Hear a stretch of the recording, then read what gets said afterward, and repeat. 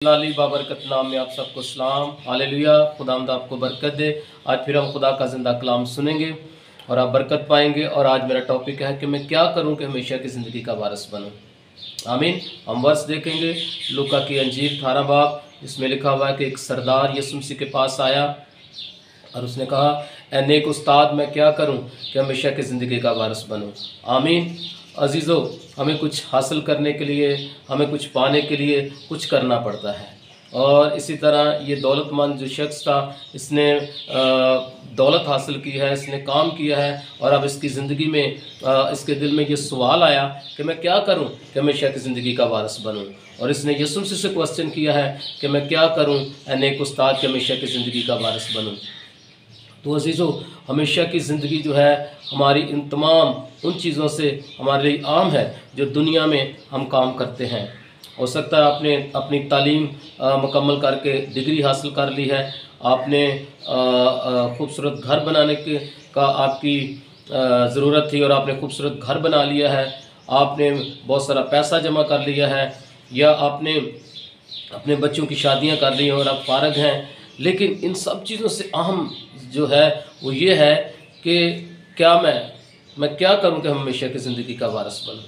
आज हमारे लिए भी ये सोचने की ज़रूरत है कि हम कैसे हमेशा की ज़िंदगी के वारिस बन सकते हैं, क्योंकि ये हमारे लिए तमाम उन दुनियावी कामों से अहम है। क्योंकि हमेशा की ज़िंदगी में अगर हम दाखिल नहीं होते तो एक दूसरी मौत है जो आग की झील है, जहाँ पर रोना, दांतों का पीसना है, और ये एक दर्दनाक मौत है।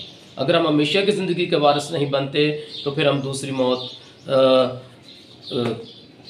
मौत की सज़ा हमें मिलेगी, जिसके लिए खुदा नहीं चाहता कि हम दूसरी मौत को हासिल करें, क्योंकि ये एक दर्दनाक मौत है और यहाँ पर रोना और दांतों का पीसना है।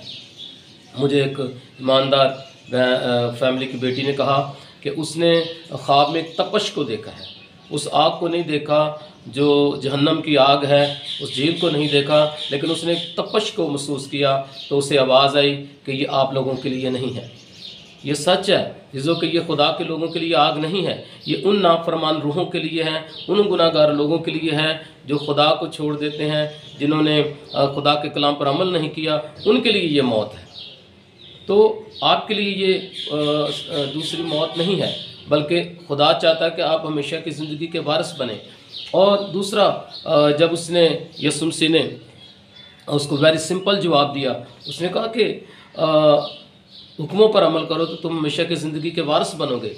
यस, हमें हुक्मों पर अमल करके हमेशा की ज़िंदगी का वारिस बनना है। लेकिन फिर यीशु ने कहा कि तू इस सब कुछ छोड़कर, इस दौलत को छोड़कर मेरे पीछे आ जा, तुझे आसमान पर ख़जाना मिलेगा। तो अज़ीज़ों, हम कई दफ़ा खुदा के साथ चलते हुए भी ऐसी चीज़ों के साथ जुड़े होते हैं जिनसे हम आसमान की बादशाही में नहीं जा सकते, क्योंकि हम उन चीज़ों से ज़्यादा मोहब्बत करते हैं। हो सकता है ये चीज़ें आपको गिरा दें। इस दौलतमंद ने आसमान के जो ख़जाने को, आसमान की बादशाही के ख़जाने को इतनी अहमियत नहीं दी, क्योंकि ये इस दौलत के साथ जुड़ा हुआ था। इसी तरह हम बहुत सारी चीज़ों के साथ जुड़ जाते हैं और हमारे लिए ख़तरा है कि हम गिर सकते हैं। तो हमें इन तमाम दुनियावी चीज़ों से ज़्यादा खुदा की जो बादशाही है उसको अहमियत देने की ज़रूरत है, और उसके वारिस बनने की हमें ज़रूरत है। तो हमें चाहिए कि हम दुनिया की चीज़ों से मोहब्बत ना करें, बल्कि हम खुदा से मोहब्बत करें। कलाम में लिखा है यूहन्ना का पहला ख़त, वहाँ पर लिखा हुआ है कि ना दुनिया से मोहब्बत करो, ना उन चीज़ों से जो दुनिया में है, क्योंकि जिसमें जो दुनिया से मोहब्बत करता है उसमें खुदा की मोहब्बत नहीं है। तो हमें खुदा की मोहब्बत से भरे रहना है, हमें खुदा के जोश से भरे रहना है, और हमें खुदा से मोहब्बत करनी है, और हमें खुदा की बादशाही का वारिस बनना है, और उसके लिए जदोजहद करते रहना है। खुदावंद आपको बरकत दे। आमीन।